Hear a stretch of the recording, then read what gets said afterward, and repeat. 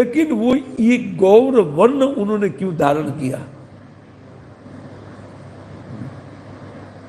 इसका यहां ये वस्तु निर्देश के रूप में उनके स्वरूप का वर्णन दे रहे हैं।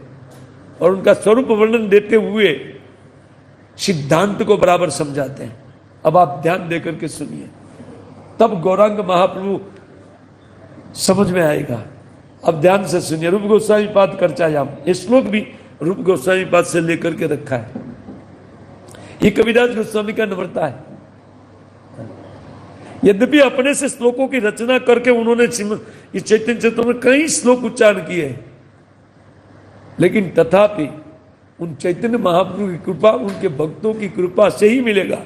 इस दृष्टि से वो स्वयं उनके भक्त का आश्रय करके उनके द्वारा लिखा गया, रूप गोस्वामी पाद के द्वारा लिखा गया इन श्लोक का उच्चारण करते हैं। स्वयं वो सक्षम है, कविराज है, उन कवियों में राजा है, उनके लिए कोई रचना का कमी नहीं है, श्लोक रचना कर सकते थे, लेकिन उन रूप गोस्वामी पाद के कर्चे से श्लोक लिया।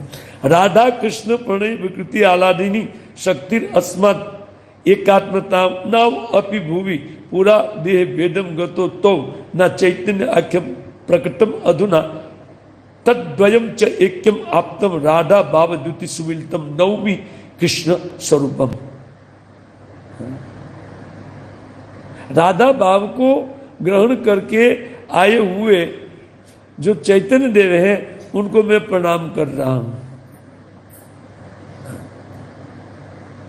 ये इसमें एक वस्तु निर्देश भी आता है। वो कहते हैं सबसे पहले ये समझना चाहिए कि राधा और कृष्ण है कौन। इसके लिए समझाते हैं कि राधा कृष्ण प्रणय विकृति, भगवान के प्रेम का एक रूप राधा रानी है।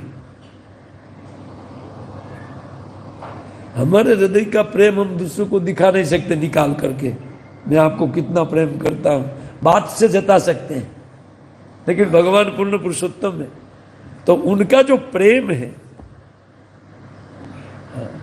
अच्छा उनका प्रेम किसके प्रति है? अच्छा उनका प्रेम है तो प्रेम को पहला समझना चाहिए, उनका प्रेम है किसके प्रति? समस्त जगत के जीवों के प्रति उनका प्रेम है।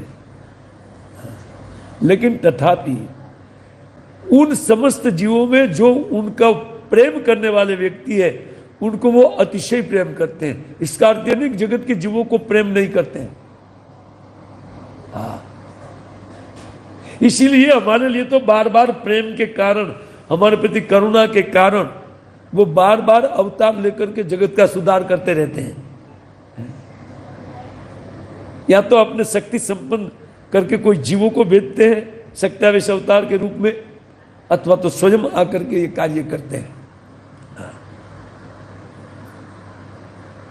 ये उनके चित्त में हमारे प्रति प्रेम है इसलिए करते हैं।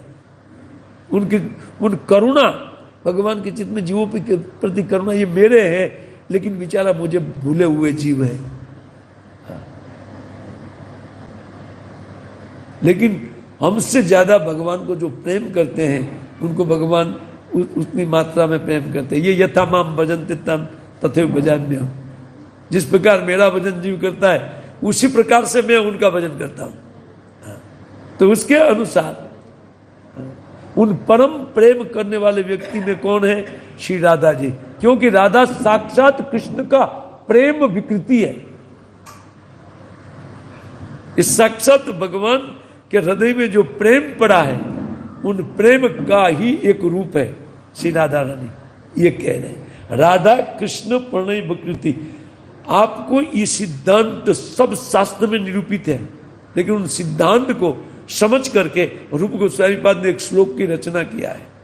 इस श्लोक जय हमारे आचार्य लोग हैं, इतनी सूक्ष्मता से शास्त्र का विचार करना सामान्य बात नहीं है।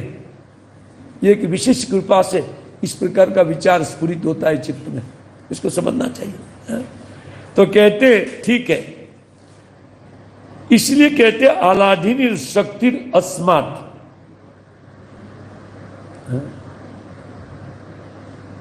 कस्मात्, राधा रानी साक्षात प्रेम होने के कारण वो सबसे परम आह्लाद भगवान को पहुंचाती है। उनका प्रेम है स्वयं का, कृष्ण का स्वयं का प्रेम। अब इसके अलावा राधा रानी का कोई कार्य नहीं है, क्योंकि स्वयं प्रेम है तो वो अपने प्रभु को प्रेम के अलावा उनको क्या कार्य हो सकता है। इससे राधा रानी का कोई कार्य दूसरा नहीं है। उनका चलना फिरना श्रृंगार करना जो कुछ भी है वो केवल कृष्ण के लिए है, और हमारा श्रृंगार हमारे लिए है कि हम श्रृंगार करते हैं अपना तो दूसरों को दिखाने के लिए, है ना। लेकिन राधा रानी का ऐसा नहीं।